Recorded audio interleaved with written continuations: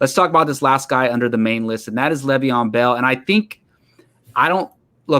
he's probably has the least left in the tank out of everybody that we talked about so far. But I still think he has something to contribute. I mean, what is up with the Chiefs in the Super Bowl not using their veteran quarterback or their veteran running back? LaShawn McCoy he was a healthy scratch last year. And then Le'Veon Bell, did he even play? I don't even remember seeing him on the field. No one on the Chiefs did anything. Because don't you join the Chiefs because you want to play in the Super Bowl, which is kind of funny.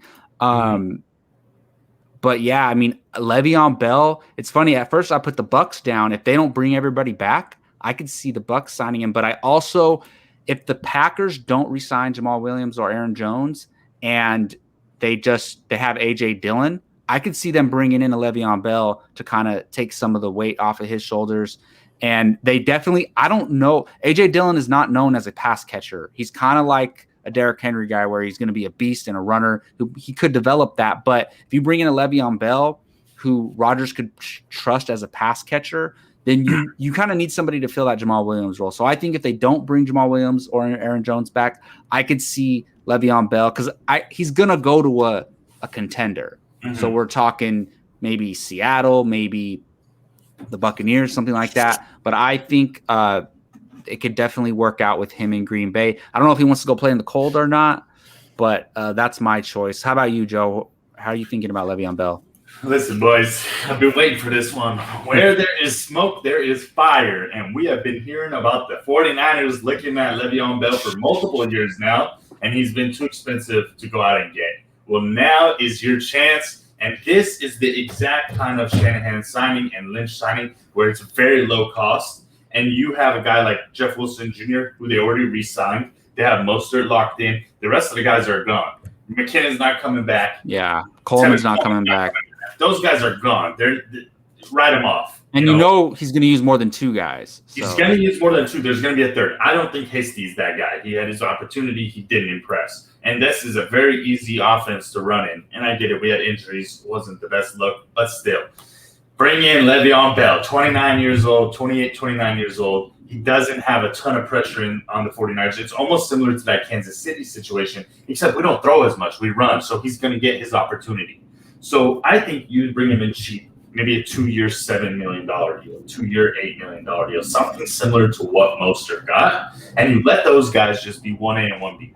And now you have Jeff Wilson Jr., who's also able to supplement when you want to give one of those guys a day off or when one of them's dealing with a little nagging injury. So I love Le'Veon's fit with the 49ers. I've been wanting him because I think that he would do wonders for a Shanahan-led team.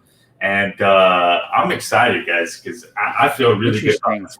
That is a fair point. Maybe it's possible that the Chiefs is not a great destination for running backs who want to play because if he goes to San Francisco, he's going to play a bunch. Yeah. But if he goes back to the Chiefs, he's not going to play that much because Clyde Edwards-Helaire doesn't have a traditional workhorse role, even though he's supposed to be their workhorse. And isn't Damian Williams supposed to be back this year? That is, yeah, you're right. So, yeah, I don't think he's going back to the Chiefs. I think he's going to go to I think San Francisco will be perfect because he wants to play for, he wants to be in the spotlight a little bit. He doesn't want to I don't know. I'm just assuming he's older. He doesn't want to play in the cold weather half the season. Yeah. So I could see him going to the 49ers. Justin, you have any other possible teams that we haven't mentioned yet? Yeah, I'm going across the bridge, and I think I guess not cross the bridge anymore, Raiders. But I just think I think there's mutual interest on reports, and seems like a Raider.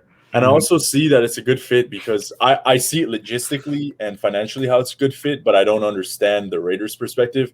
I don't know why they always talk about wanting a running back, but they have Josh Jacobs. He's a workhorse, but we need a running. I don't get it. Maybe a Raider fan could chime in, but he's going to be low money. It's not like he got booted from the Steelers, went to a different team and blew up. He didn't do anything in the Jets. He didn't do anything on the Chiefs. They were in the Super Bowl. They didn't touch him. Like, what did he do that deserves money? So if I'm the Raiders, I'm like, let's pay him cheap. If he's good, great. If not, we didn't lose anything out of it. And it could be a nice backup for Jacobs when that days needed. So seems like a fit for me. I do like the Niners. I think that would be awesome too. I just sided with the Raiders on this signing. Mm-hmm. Yeah, not only that, Justin, I mean, it makes perfect sense. You feed a guy like Josh Jacobs 25, almost 30 times a game in Las Vegas. I think they need somebody to and help they take need the load that off chains of of pace guy like Jacob just mentioned. Yeah, Las Vegas is a nice fit, cheap option, high risk or low risk, high reward type of thing. I'll stick with what Justin said. Yeah, I could concur. definitely see that. I could definitely see that.